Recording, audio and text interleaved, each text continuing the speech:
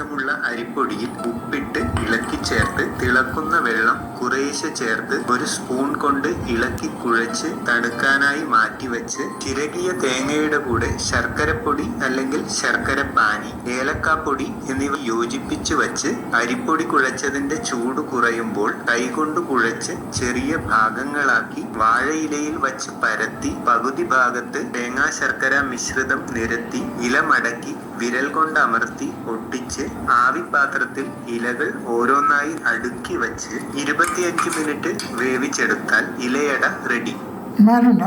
നല്ല മിനുസമുള്ള അരിപ്പൊടിയിൽ ഉപ്പിട്ട് ഇളക്കി ചേർത്ത് തിളക്കുന്ന വെള്ളം കുറേശ്ശെ ചേർത്ത് ഒരു സ്പൂൺ കൊണ്ട് ഇളക്കി കുഴച്ച് തണുക്കാനായി മാറ്റിവെച്ച് ചിരകിയ തേങ്ങയുടെ കൂടെ ശർക്കരപ്പൊടി അല്ലെങ്കിൽ ശർക്കര പാനി, ഏലക്കാപ്പൊടി എന്നിവ യോജിപ്പിച്ച് വച്ച് അരിപ്പൊടി കുഴച്ചതിന്റെ ചൂട് കുറയുമ്പോൾ കൈകൊണ്ട് കുഴച്ച് ചെറിയ ഭാഗങ്ങളാക്കി വാഴയിലയിൽ വച്ച് പരത്തി പകുതി ഭാഗത്ത് തേങ്ങാ ശർക്കര മിശ്രിതം നിരത്തി ഇല മടക്കി വിരൽ കൊണ്ട് അമർത്തി ഒട്ടിച്ച് ആവിപാത്രത്തിൽ ഇലകൾ ഓരോന്നായി അടുക്കി വച്ച് 25 മിനിറ്റ് വേവിച്ചെടുത്താൽ ഇലയട റെഡി.